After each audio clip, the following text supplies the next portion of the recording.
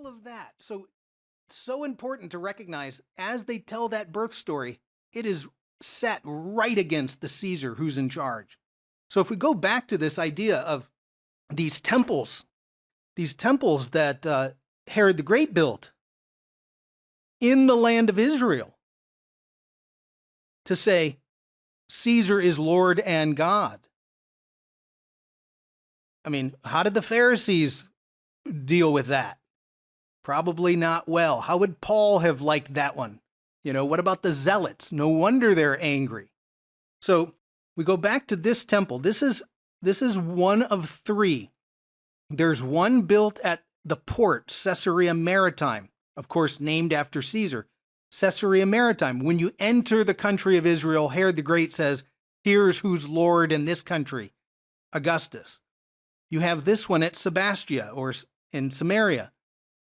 That one along the main road. Who's Lord? Augustus. The final one, and this is the one that they found not too long ago, 1998. So just over 20 years ago, they found that, looks like a pile of stones, but actually is the other temple to Caesar Augustus. This is the third one. Josephus mentions there were three. That temple is at a place today we call Omrit. And I'll show you where. It's the northern entrance to the kingdom, up near the city of Caesarea Philippi. I'll show you that in a second.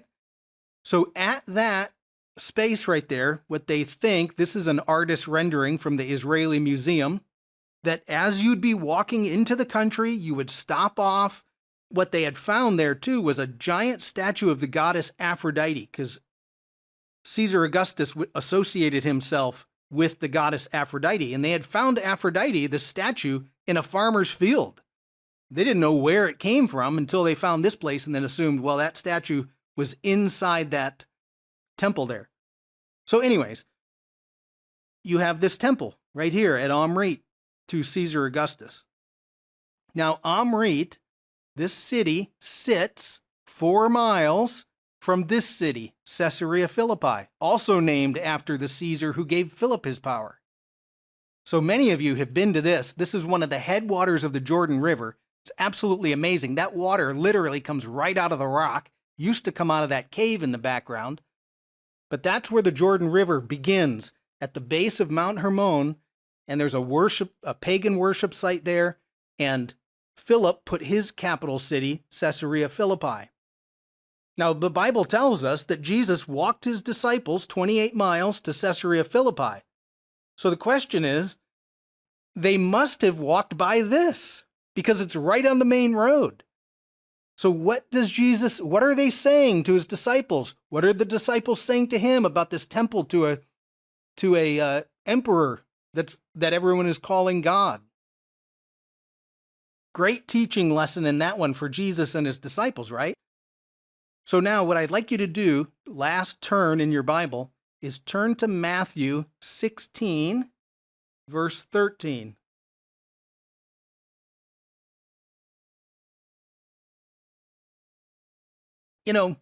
Bible time is elusive.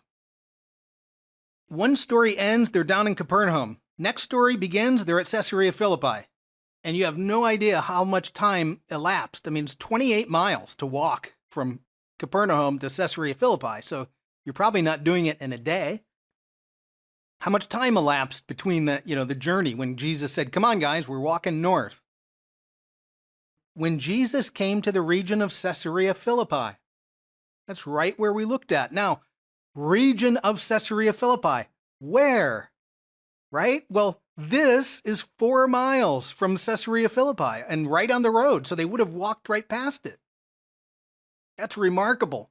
And I think what you're going to hear what Matthew records Peter is saying fits right here next to Omrit.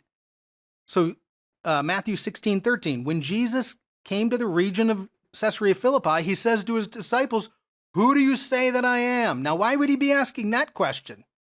Well, one, because he wanted to ask that question, but two, there's a temple right behind you that says that the Caesar is Lord and Son of God. So you can compare again, culturally, you've got these, they're right next to each other. And then look at verse 16. And I think this is the clue that kind of gives it away. Then Simon Peter, right? This is Peter's famous declaration. You are the Messiah, the Son of the living God. Now, why? Why include that word if you're Jewish? You don't have to tell, you don't have to tell Jesus that it's a living God. Well, if you're standing next to if maybe Jesus stopped along the way right by that temple and said, who do people say that I am? And Peter says, you're the Messiah, the Son of the living God, the God that's alive, not Julius Caesar who died. And at that point, it would have been Tiberius. But Tiberius said, I'm the Son of God because Augustus, ascended to heaven. And the whole thing is supposed to trickle downhill with every successive Caesar. So I think there's something here where Peter says, it's the living God. Not that dead God over there in the Omrit, not the one here at this temple. You're the Messiah, the Son of the living God, which really, again, it makes it such a pointed comparison if we can culturally see what's right there near Caesarea Philippi. Now, there's a whole bunch else to that story, so don't reduce it to that, but that's a big one right here if we miss that. And frankly, we would have missed it. Every scholar would have missed it until 1998 when they found the place, and then maybe a few years after as they figured out what the heck they were looking at. So this is amazing discoveries that are happening while we're alive that help add to the context of what's being said in the Bible.